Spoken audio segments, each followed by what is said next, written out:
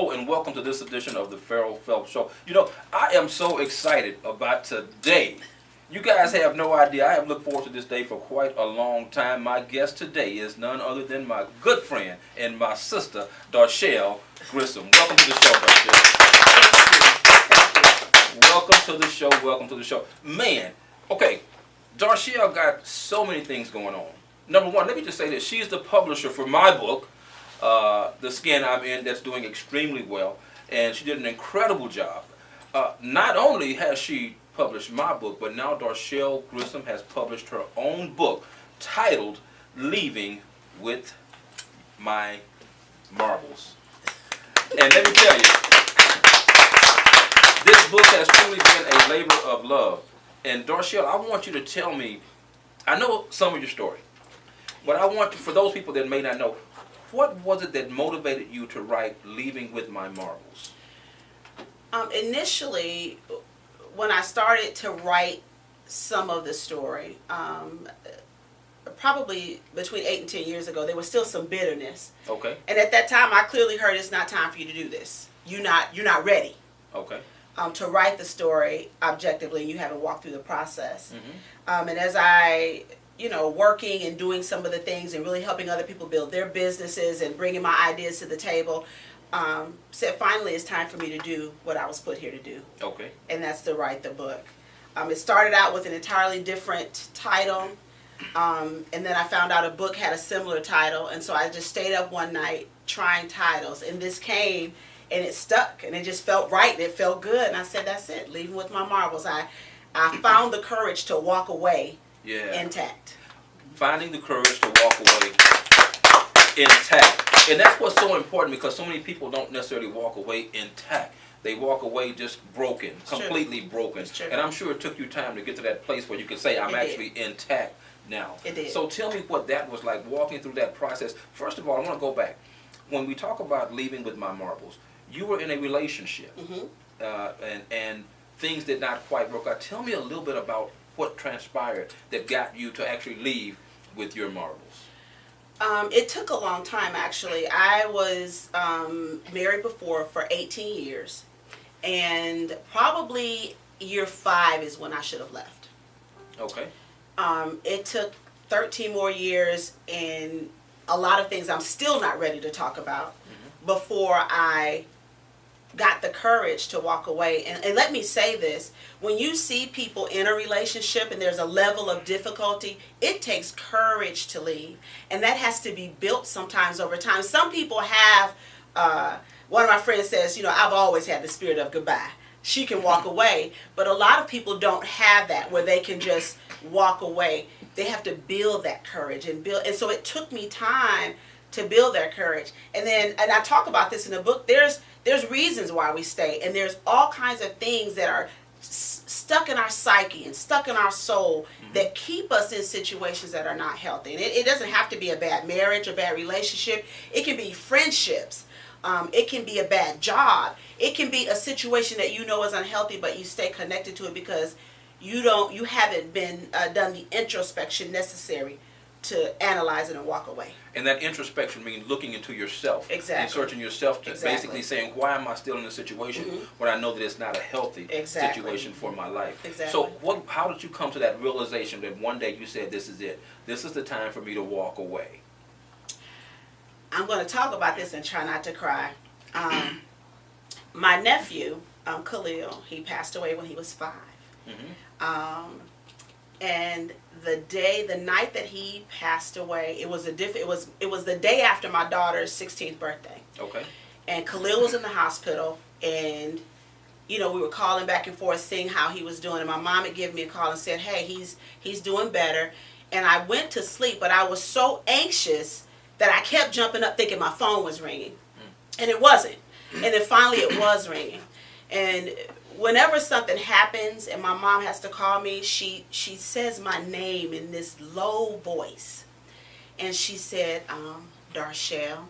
And I could hear my sister in the background just howling. And I was so upset. And I sat up on the edge of the bed and I was just crying, and I was just heaving. And my ex-husband was behind me in the bed. He was irritated. He kept snatching the cover and tossing and turning. And, you know, you think you'd reach and say, hey, it's okay. Let me hold her. You know, and after I probably cried for 20 minutes, I made my mom hold the phone for 2 hours just because I couldn't be there with my sister, so I could just hear and be there in the best way that I could. So for 2 hours I hold the phone, but him snatching the covers and saying to me, you gonna wake the kids up.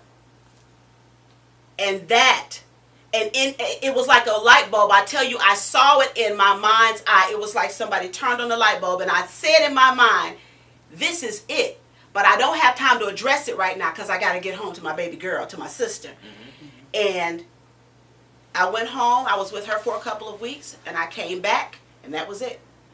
You can't stay here. We can't do it. That was it. That was the catalyst. There were 1,000 things between that. And if I talk to you about it now, you'd be like, girl, are you insane? I mean, there were so much infidelity. I can't even name everybody and go through it.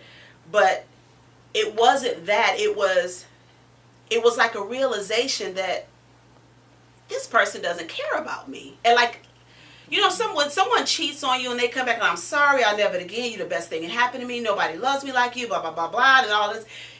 Something in you needs that. Yeah. And so you accept that. And I talk about that in the book as well. That attitude, that martyring attitude where you feel like you're the one, something in you is saving someone else from themselves. Right. It's a falsehood, and it keeps us tied into relationships that are unhealthy. But it was hearing that I was so broken, I was so crushed, and I felt so horrible for my little sister, and I wanted to be there and I couldn't. And at a time when someone should have been holding my hand, they were snatching the cover and saying, you gonna wake the kids. And that is the common, that it was like, this, you don't care about me. And that was really at the point where I finally said, I'm not going to try anything else. I'm done. Wow. You know, and let me just tell you something that I appreciate about the book. Number one, it's very introspective in a lot of ways. And it's like if you were trying to put the book in a category, would I put it in therapy, in the therapy category? Would I put it in the biography? Because it's so therapeutic in a lot of ways. And I think because the book is as therapeutic as it is, it can definitely bless a lot of women that are going through exactly what you've been through. And I think it's important that everybody have that light bulb moment. We all need light bulb moments that make us say, you know what? That's it. I can't do it no more. That's right. And your light bulb moments was that moment when you said, okay, this Negro ain't even trying to comfort me in the worst time. Right. And he's, talking, you gonna wake up the kids when I'm sitting here crying because I've lost my nephew? What? And that's what was needed in that moment for you to make up your mind and say, that's it. That's it. And so in that thought process that began after you had that light bulb moment, I want us to talk a little bit more about that thought process that took place in that moment in time. And we're going to be back in just a moment. You guys stick around. We're going to hear the rest of Darshell's story. Stick around. We'll be back.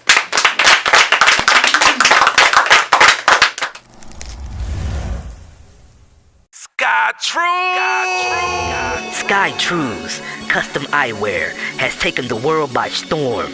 In only 8 months, Sky Trues has gained the eyes of many, including celebs like Big Sean, Little Flip, Destiny's Child, Soulja Boy, just to name a few. Through custom design, Sky Trues can put your imagination on your frames. I bring to you the next big thing in Houston, Sky Trues, created by Golden Boy, the musician, the artist, the entrepreneur, and grassroots marketing genius. Be inspired. Sky Trues, custom designed frames. Sky Trues! Tired of wasting time threading needles? What would you do with more time? Would you spend it with family, grow your business, take a class, or travel? There's a remarkable new tool available to help make your dream for more time a reality. The Easy Needle Multi-Threader was designed for weavers, seamstresses, and quilters to thread multiple needles in a fraction of the time than traditional methods. It eliminates tangles and prevents the possibility of germs and bacteria due to fallen needles and threads onto the floor. It's efficient. It's innovative. It's a time saver. Increase your productivity with Easy Needle Multi-Threader today.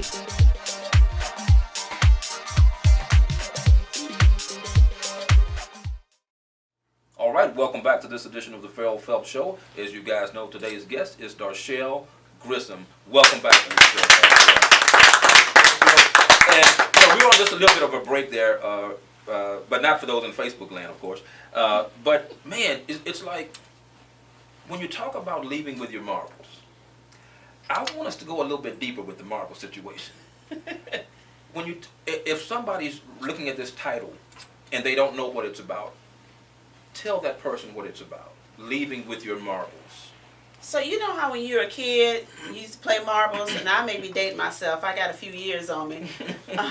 But you would play marbles. You get upset. I'm leaving. I'm going to take my marbles too. Sometimes when we leave everything on the table. And I didn't want to do that because I knew there were things about me that I needed to keep if I was going to have the life that I saw in my mind's eye. Got you. And so I made a decision about 3 things. I said I'm not going to lose my ability to love without fear. I'm not going to lose my ability to forgive. And I'm not going to lose my ambition. When you're in the middle of a situation and you love someone with your whole heart and that love isn't reciprocated, it is easy to say, I'm not going to let nobody do that again, and so I'm not going to love. But I talk about this in the book. If you make a decision to love, then you have to be vulnerable. You have to be willing to give yourself away. And if you're not willing to do that, then you're not willing to love. And that's okay. But accept that that's what it is. Because if you're bringing half of yourself to the table, I know we hear you need to hold something back. You need to keep something for yourself. But when you love, when you talk about that unconditional love, when you are embracing somebody and giving yourself to someone, you got to give yourself away. And that is difficult. And I don't mean give away your personality, your character, but loving somebody with the full knowledge that it may go bad. And not being afraid. And freeing yourself up enough to do it. It's a challenge. It's a challenge. You know, when I first walked away from that marriage, the first person I dated was exactly like my ex. He was the same, to the point that they had some of the same clothes. And I was like, I wonder why I like that. Oh, that's why I like that shirt. But when that relationship was quick and over quickly, I pulled back. I said, let me think. There is something wrong with my picker. I am picking and attracting these kinds of people. Why am I doing that? And I pulled back and took some time to really think about who I am as a woman and what I wanted to project and what I wanted to attract. And then I started to make the changes necessary to do that. One of the physicians that I worked with, Dr. Eric Justin, the radiologist, an executive physician, extremely smart. We used to have a lot of philosophical conversations. And he said to me one day, he said, Darshell, most people are not introspective enough to learn from their mistakes. Most of us keep making mistake after mistake and the same mistakes repeatedly. You hear people say, you keep navigating this same mountain, you can't get out of this cycle. It is because when you're there, you don't stop, pull back and say, wait a minute, let me analyze. We're not introspective enough. We're looking outside and saying, you did this and you said this, but we're not looking and saying, what am I doing? Right. That is precipitating this. And also I think in order to be introspective, you have to take time away from relationships. Exactly. You have to have that alone time. You have to be separated from and not involved in for you to have that introspective relationship with yourself. You're exactly so that right. you can really learn yourself and to thine own self be really true. It's true. And a lot of times when you're dealing with introspective, we're dealing with our truth. You're right. And sometimes we don't want to face our own truth about sometimes ourselves. it's hard. And sometimes it's hard. It's hard. And as I listen to you and you're talking about what you dealt with, it lets me know that you're a very healthy person mentally. You're a very healthy person. I'm a little crazy. I mean, now she'll throw it off every now and again. I'm just saying. But you really are a very healthy person mentally, and that's one of the things that I admire about you. On a very serious tip, I think you're a very healthy person mentally, and you actually take time to analyze yourself and why this and why that and what made me do this, what made me do that. why do I look for that same person all over again? Right. And you run into this person. Why is it? And sometimes it's because we're familiar, It's so comfortable. we're comfortable in that. And it's what you recognize. And a lot of times, what we're familiar with, we be comfortable with. Right. So we want to stay in that comfortable situation. But in order for us to truly embrace love, like you mentioned a moment ago, we have to let that guard down. We have to say, okay, I might get hurt in this situation, but I'm not going to give 80%. I'm going to go ahead and give 100% and take this risk on love. Take this risk. Take this risk on love. That's I it. want to ask you also, Darshell, when you first left the relationship, what was life like for you immediately after?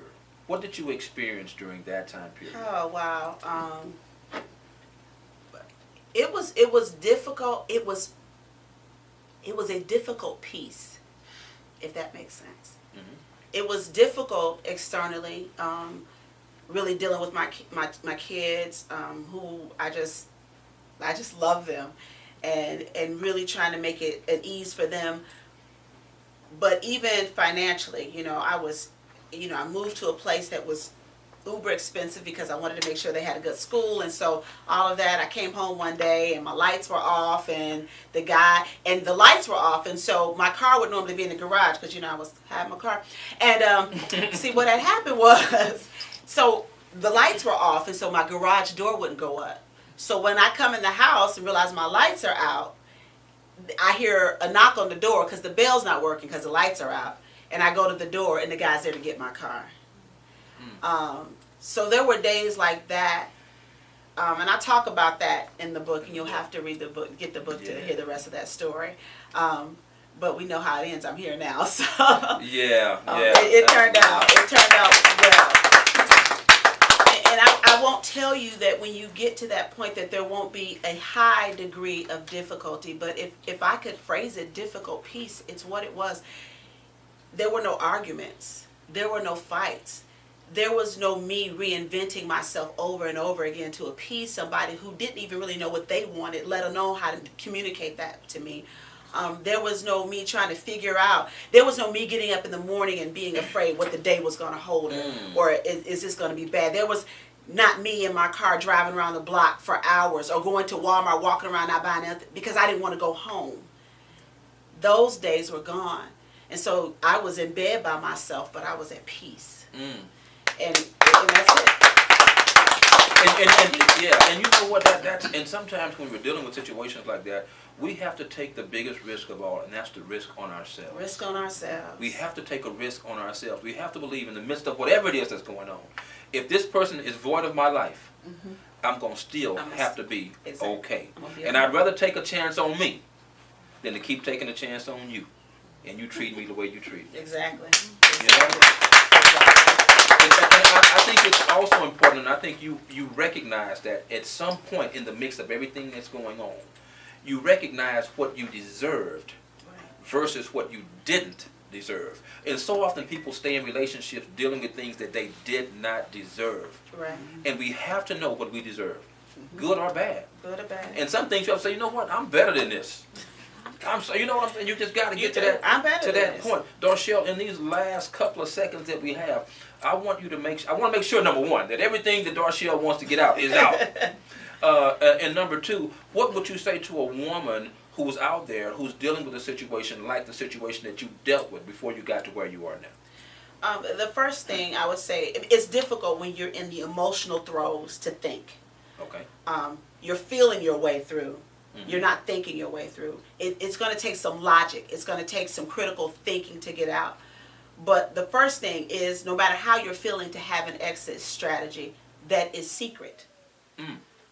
That you keep to yourself, a plan that you maybe share with your best friend. And if your best friend is friends with your dude, then I wouldn't suggest that. It could be your mama, but if your mama is on his side, then I wouldn't suggest that. But be able to share that plan and find a way that makes sense to execute it. And then surround yourself with people who have been through. You'd be surprised how many people are out there that have done this. Yeah. And those people helped me walk through it. And I'm going to tell you now, my mom, my sister, my best friend, Lynn Parker, my mama, Catherine Harris, my sister, Dawn McAlpine, my brother, Reginald McAlpine, they prayed, they got underneath me and held me up through the process. And if you can get some people like that in your life, it makes it easier. It is not easy. Right. It is. But that makes it easier when you have that type of support. And I think that's what everybody needs, especially when they're going through that type of situation. They need that support. I want to fast forward real quick because life is totally different for you now. It's very different now. I think that you've met the man of your dreams. Yes, indeed. Which happens to be my bro, Mr. Kenneth Grissom, who happens yes. to be sitting here right now. And I know that you just love Kenneth, and I know Kenneth loves you. What has life been like once you found what you deserved? He is like, I tell him all the time, you like Christmas on my pillow. He is a quiet storm. I tell people that he loved me through my pain. He loved me in a way. I remember once I was really acting extra crazy when we were dating. And he just said, he just let me go in his little quiet way. I was just going off and blah, blah, blah. And he just said, Darshell, I'm not trying to steal your Superwoman cape. I'm just trying to help you. No one ever tried to help me. Not a partner. Yeah.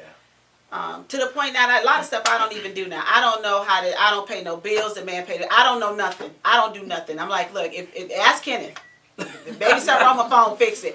But having that partner, that person to be there with you, and being able to love him and not be afraid. He knows every secret, every little dark corner, all my bubbles, everything that's under the protective wear and the garments. He know all about Not the it. Garments and protective wear. And he adores me. and it's quiet. Kenneth is not as vocal as I am. And we're opposites in that respect. But his love is so loud.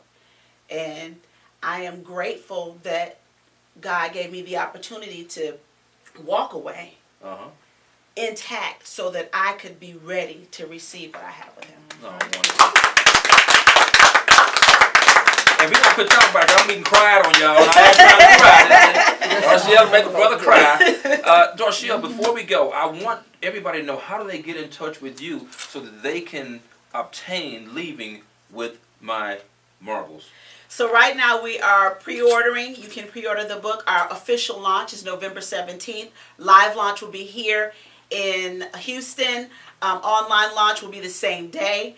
But you can pre-order the book. You can go to DarshellMcAlpine.com. That's DarshellMcAlpine.com. You can order the book there, or you can go to Boss Lady Press, my new publishing company, BossLadyPress.com, and order the book there. The book is $15. You pre-order. If you pre-order the book, shipping is free, and you will get a special gift along with that.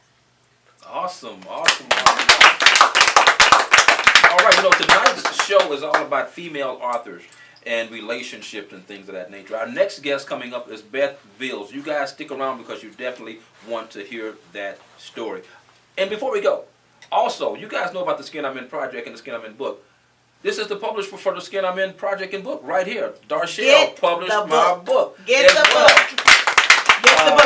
You can also get the Skin I'm In at BossLadyPress.com. All right. And we're going to return in just a moment. You guys stick around. We'll be back in just a moment.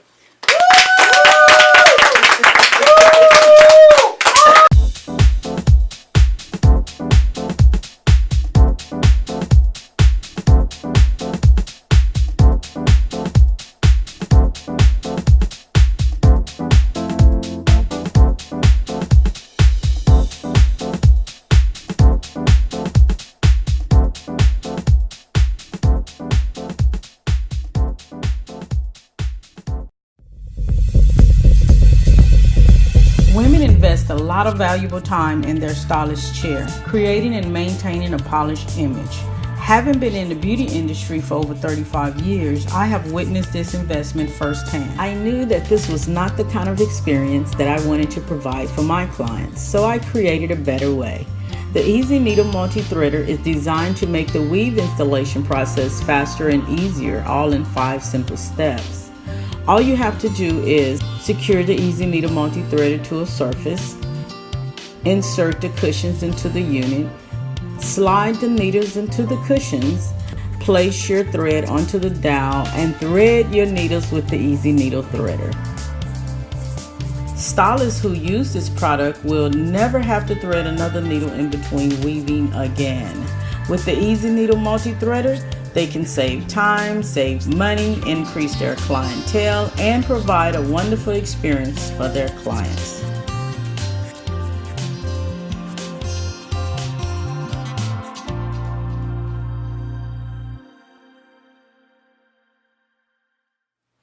All right, welcome back to this edition of the Phelps Show. As you guys know, we're having females on the show, female authors. We're talking about relationships and things of that nature. My next guest is Beth Veals. Beth, welcome to the show. Now, Beth and I just met, maybe a week ago, when I was emceeing the Her Voice luncheon. Yes. Recently, and she shared her story about her life experience, and I was like, hey, I got to have you on my show. And I just thought, when I saw her face, I'm like, she got to be a professional model. That's just no way this woman's not a professional model. And she was sitting, I think, one seat away from me when we first had a chance to meet. And then she got up and shared her story, and it really kind of blew me away. And I was like, wow. I was like, I got to talk to you, you know? Mm-hmm. And that's the beauty of going through what we go through, is to be able to share with somebody else and to make a difference. Now, Beth, you're a nurse. Yes. Okay, a nurse. Now, and you're also an advocate for domestic violence. I am. And you're also an author. Yes. So you have a lot of things underneath your umbrella. Yes. Needless to say. And, you know, just looking at you, you would automatically think that nobody, you know, I just can't imagine her being in a relationship where she's going through abuse. Mm-hmm. But that's what this is about. I want to talk about what was life like for you when that abuse took place in your life that you described the other day. I think the word that comes up most or first would be shattered, because I was sheltered as a kid. You know, growing up, I had my dad is still a preacher. 5 brothers growing up in Mississippi, so I was sheltered. Dad didn't let me do a lot, so I didn't date, didn't know a lot. Okay. And so I guess I can say that was pretty much like the first real, I won't say real because somebody else might be watching and say, how was your first real relationship? But you know, the more serious relationship we get in when you're talking about getting married and things like that. The first situation like that, and then just one day you get punched. And it's like my whole world shattered at that moment, because it's like, what is this? How can someone do this to you? You just don't understand. Right. Caught off guard. Mm-hmm. And that was that the situation where, now, was he in the military? He wasn't military, but I was. You were in the military? I was in the military. Okay, and you just happened to be talking, just so that we can give you guys a better understanding, you just happened to be talking to someone else that was... Yes, I had just delivered my 2-pound, 11-ounce baby daughter. And I was standing up in the dorms. They were asking me how she was doing. And then all I heard was, Veals, you gonna play me? And then I'm looking, and he took off running, and toward me, so I took off running too. And he just caught me right before I got to the stairs and just... first blow, and then tumbled me down the stairs, and I'm at the bottom of the stairs, and he just came down and just started beating me. Mm. You know, and so, I mean, again, shattered, you don't know what to think. You don't know what to do. Right. And up until that point, he had been... You know, I hear people all the time talking about warning signs. Mm-hmm. And if I had to think back on it, the only thing that I could think of is when I was pregnant with Alexis. Okay. That we were in a room one day arguing about something, and he wouldn't let me out the room. So confining me in that space until someone came to the door. You know, but that would be the only thing that I can say that if I would have known to look for signs. That would have been the only thing that you'd seen at that time. Yes. And not only did that take place, but he also, you eventually got away. Yes. Now, tell me about that experience when you actually got away. When I actually got away, I would always have this premonition of him catching me in my daughter's room. And I just knew that would be the day that I would die. Mm-hmm. I thought that would be the day that I was going to die. So I gotten home that day and was going into the apartment. He was standing outside with a group of guy friends, and I don't know if he just didn't like the way this one friend spoke to me or whatever, but I said hi and just, went on into the apartment because I knew I saw the look in his eye. And as I'm trying to walk past him, and as I'm trying to walk past him, he slapped me in front of everybody there. Wow. And so I go on into the apartment to try and get Alexis, my daughter, laid down to bed, and then come out of the room so that I'm not there with her while this beating. Right. This time it's going to happen. And so he caught me in the room. And so death just flashed before my eyes because I saw this. Yeah. He catch me in this room, I'm dying. Saving grace. So he had me against the wall by my neck. And there was a knock on the door. And he's like, you better not move, with a finger just pointed dead in the tip of my nose. And so I'm against the wall, too scared to move. And then I heard him, Veals, come here or whatever. And I'm still standing there too scared to move. Right. And then so I went to the door and there was police at the door. Only thing I could think of is one of his friends called the police. So the police were like, ma'am, are you okay? And I look at him, am I okay? Wow. They say, ma'am, are you okay? Am I okay? Ma'am, if we leave, will you be okay? If they leave, will I be okay? Still not addressing them, I'm talking to him. Right. And he says, I don't know, you tell me. And I tell them, I want him gone. So in the process of him having to pack a bag to leave, my neighbors come home. And so I go to my neighbor's house while he's packing his bags. And the next thing, we're looking through the peephole, and the next thing we knew is the door slammed shut. He tried to jump on 2 police. Again, saving grace. Wow. Yes. Wow. So they brought him out of the apartment in handcuffs, bloody face, and it was almost my time to get out of the military. Okay. So instead of re-enlisting, I chose to get out. And so I moved from Mississippi to Michigan with my brothers. Wow. That was your exit strategy. That was, the plan was always to leave because I'm not going to stay in a relationship. Because that night,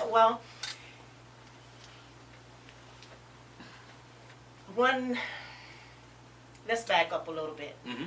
The day I knew I was going to leave is that I'm at home, made it home, taking my bath, giving Alexis hers, in the kitchen cooking, and he's not there.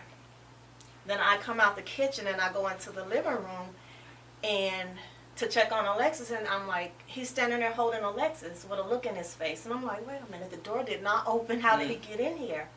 And someone had called the house that day. He had gotten into an altercation with them. He didn't believe what I was saying about who was calling. And he just picked up Alexis. He was like, look at your mama. She ain't, and he dropped her. And then so I dived to the floor to catch her. And as I did that, he caught me in the ear with a steel-toe boot. That night, I said, I'm leaving. There's no way I'm going to raise my daughter to think that this is the way a man is to treat a woman. Jeez. I remember when I was listening to her story, and when she said that, I remember the audience just gasping like, "Oh my God!" That blew my mind. It made me think of a scene in a movie, and I forget the name of the movie, where the man held this little girl, but he ended up dropping her out of a window. And these types of things have happened in relationships because they want to hurt you. Exactly. And it's man, for you to have survived that moment and still be here is a blessing in itself. Yes, we're going to find out more about Beth Veals' story in just a moment. You guys stick around. We're going to be back in just a moment.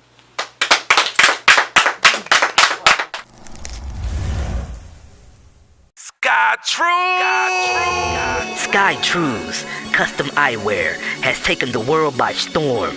In only 8 months, Sky Trues has gained the eyes of many, including celebs like Big Sean, Little Flip, Destiny's Child, Soldier Boy, just to name a few. Through custom design, SkyTrues can put your imagination on your frames. I bring to you the next big thing in Houston, SkyTrues, created by Golden Boy, the musician, the artist, the entrepreneur, and grassroots marketing genius. Be inspired. SkyTrues, custom designed frames. SkyTrues! Tired of wasting time threading needles? What would you do with more time? Would you spend it with family, grow your business, take a class or travel? There's a remarkable new tool available to help make your dream for more time a reality. The Easy Needle Multi-Threader was designed for weavers, seamstresses, and quilters to thread multiple needles in a fraction of the time than traditional methods. It eliminates tangles and prevents the possibility of germs and bacteria due to fallen needles and threads onto the floor. It's efficient, it's innovative, it's a time saver. Increase your productivity with Easy Needle Multi-Threader today.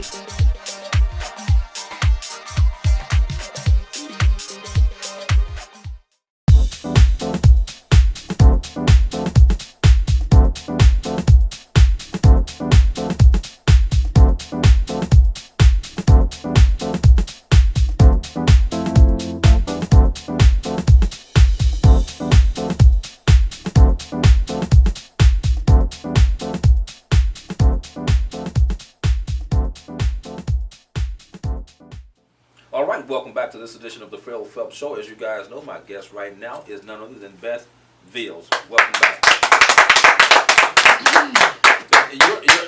Beth's story is not uncommon, and so many women are going through domestic violence and domestic abuse, and not all of them get out. Beth was fortunate enough to get out with her life and the lives of her kids, because so often kids are actually murdered in these types of situations as well. Now, when we left off, you were telling us about when your husband had your baby and holding her up and just dropped her to the ground, and you dove to get her, and he kicked you with a steel-toed boot. Take me from that experience. What happened after that took place, if you can even recall? It was so much that I could tell, you know, all of the I'm sorries and I'll never do it again, whether it be for be a trip to Florida, you know, for the weekend, and I'm sorry, you're gonna have the best time of your life, and you get down there and, you know, he starts tripping again, and he leaves you on the side of the road after he's ripped your shirt off and leaves you in Florida. And it went from that to going to his mom's house, bought him cologne for his birthday and trying to give him a clue as to what I had gotten him. So I'm like, the ride down to his mom's house, I'm like, do you smell cologne? Just messing with him. Right. You know, but you never know what will set this type of person off. You never know. So we get to his mom's house, and he gets out the car and runs around, and mind you, I have Alexis in my arms. Okay. And he punches me, and he's like, you been with somebody, you talking about cologne, this, that, and the other, and I'm like, and I took the cologne out of my pocket, and I'm like, no, I bought you cologne for your birthday. And I threw it on the ground and burst it. He got mad at that. So I ran into his mom's house, and he's chasing after me. So I remember jumping on a bed, and he jumped on the bed, you know, right behind me and had me against the wall again, you know, just knocking my head against the wall. And his mom comes in with a knife and put it to his throat. And she's like, you let her go, I'll cut you where you stand. And so he gets mad and pushes himself out of the room, and then he's like, we're going. So you're already scared. You got to get in the car and drive back to your home with this man. I can only imagine. Yeah, and he's like, I'll slam this car into a tree with your daughter in the car. So I know, you know, even if you can't love me because you're beating me, but you care nothing about your daughter because you're saying you're going to do all this. Right. You know? And there's times I was in my military uniform, get out the store and go, you know, get out the car and go into a store, and because someone speaks to you, he gets out the car and slaps me, and then there's a car full of guys just driving past, oh, he just slapped that. I'm like, wow. You know, it's you have that he's doing to you in private, and then you're degraded in public. In public, and he obviously didn't care. Did not. And you know, when you're in domestic violence situations such as this, it's never about you. It's not. It's about what a coward you just happen to hook up with. Yes. You know what I'm saying? For a man to beat a female, he is a sorry MF. I'm sorry. Yeah. You just don't, some things you just don't do. And to beat a female? Yeah, and he always told me, you're too good for me, why are you really with me? And it was the truth. And it was the truth. It was the I truth. tell people all the time now, if someone tells you something about themselves, believe it. Absolutely. Believe it. Absolutely. It's true. Absolutely. What was life like once you actually left him, and by you guys having a child together? Now, how many years ago did this occur? It was a long time ago. It was 15. About 15 years Yes. ago. So Alexis is about how old now? She's, well, Alexis is 21. 21 now. Yes. Okay. And so, do you have to interact with him at all now? I Because don't. you guys When I have left, I didn't. I let her have a relationship with him. I let her talk to him. But I didn't. Because we weren't in the same city. I wasn't worried about him coming to see her. Okay. You know, he was still doing this to other people at this time now. You know, so I don't have to, I did not have, I remember once when she was like a senior in high school, he'd seen something on her Facebook page and I hadn't talked to him Okay. in a long time, and he called me yelling at me, and I just went off. I mean, off to the, I think I scared him, and I hung up the phone and he never called again. Wow. And again, we have to have those moments, those light bulb moments. And Darshell mentioned that earlier when Yes. she talked about her past relationship, and that moment when she wasn't supported, when she should have definitely been supported. That was a light bulb moment for her. You had your light bulb moment when that took place and he kicked you with the steel-toed Yes. boot while holding your baby girl. And it's, man, it's amazing what it takes to get the nerve to leave. And even if women get the nerve sometimes, they don't all the time have the means or the way. And that's a whole nother thing. A whole nother thing. Exactly. Which is why shelters Yes. and organizations like Yes. Her Voice, Dr. Shayna. Dr. Shayna, shout out to Dr. Yes. Shayna and Her Voice that helps women Exactly. who are going through this exact thing. Fresh Spirit and Wellness with Dr. Conti Terrell is another organization for women that are going through this type of thing. And it needs to be organizations like that so that these kind of women can get help. Because a lot of times you do stay because you don't have a place to go. You don't have a place for your baby to lay her head. You don't have a place to lay your head. A lot of times finances are controlled by the men too. Yes. All of these things can keep you bound, not to mention fear. Yes. And a lot of times the abuser would plant so much fear in you that you're afraid to leave. Just like I mentioned, whenever I was afraid just to move from the wall. And the I cops are at the stayed door, there. but you didn't know at the time. And I didn't know it. But because he had his finger in your face. And don't move. And don't move. And that it was such a blessing that the cops happened to be there that day.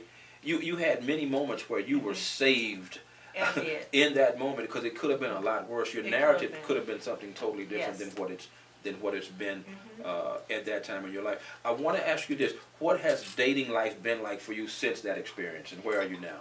It is so crazy because, like I said, I moved from Mississippi to Michigan. Mhm. First guy I ran across. Again, I guess I didn't see anything, but one day we were sitting on the couch just talking. I don't like to play. I don't play now. Now, the person I'm with now, I trust, and maybe I'll do a little, but no. But the first guy I ran across after that, we were sitting on the couch playing, talking, or whatever, and he pushed me off the couch. Okay, you need to go. He's like, what? I said, you need to go. I wasn't going to chance it. And that was it. And that was it. And I understand that. When you've been through that type of abuse, you kind of shell shock to things that happen. And I think there's triggers. Yeah. And those triggers, there's a reason that we have triggers too. Triggers can save us. Yeah. You know, If you listen to it, if you and listen pay to it, attention. there you go. And so it's good that you had that trigger, and you just, hey, from jump, I'm not going to put up with this. I can't deal with this. Anything remotely close to what I've been through before, it's got to go, no matter what it is. Yeah. And I remember not dating for a long time after that, and I remember my sister-in-law, she was like, you just won't give anybody a chance. Why should I have to settle anymore? There you go. I like that. Yeah. And you shouldn't. I want to know, what would you say to a woman who's going through domestic violence right now, a situation like what you've come out of? What would you say to that person who may be experiencing that? I would say find your reason for leaving, get you an exit strategy, and go. It's not going to be easy. I mean, I had family, I had friends that after I started talking about it, it was no more shame, because that wasn't on me. It wasn't on me. But I'm not going to let you do this to my child. I'm not going to let you dictate whether I'm talking to my family or not. You will not control me. Yeah. And oftentimes that's what they want to do. They want to isolate you so that they can have that control and extract you from family and things like that can help you and make you more dependent on them. Yes. Abusers are oftentimes like that. Exactly. And you've survived. I survived. You've survived, and you've written books. Yeah, Victim to Victor. Victim to Victor. Sitting right here with me right now. This is one of the books. Yeah. Stalking is not love. And Girl Stop is another one of her books. And how can people get information about these books so that they could possibly get these as well? Amazon.com, BarnesandNoble.com, and Xlibris, XLIBRIS.com.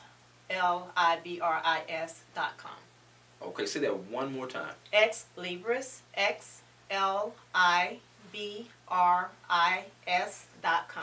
.com. Okay. Because sometimes the internet pimps, so you need to pick that up. That's good. That's good. Very good. Very good. Thank you for being so courageous to come on the show and talk about your life experience and what you've been through and all that good stuff. You also have another book that's going to be coming out that you're currently writing. So there's going to be a third book that's going to come out. And needless to say, I'm going to make sure that you and my publisher, Boss Lady Press, that you meet her, and so you guys can connect on that as well. Thank you so much for joining me on this edition of the Phelps Show. For you guys out there, thank you so much for watching, and you can find out more about me. Just go to my Facebook page and to my YouTube. To go to YouTube, type in the name Phelps. You'll see all my shows right there for your viewing pleasure. If you want to send us an email, you can email me at I drew a blank. Let's talk about it 12tv at gmail.com. Let's talk about it 12tv at gmail.com. Thank you guys so much for joining me on this edition of the Phelps Show. And until next time, folks, we'll see you then.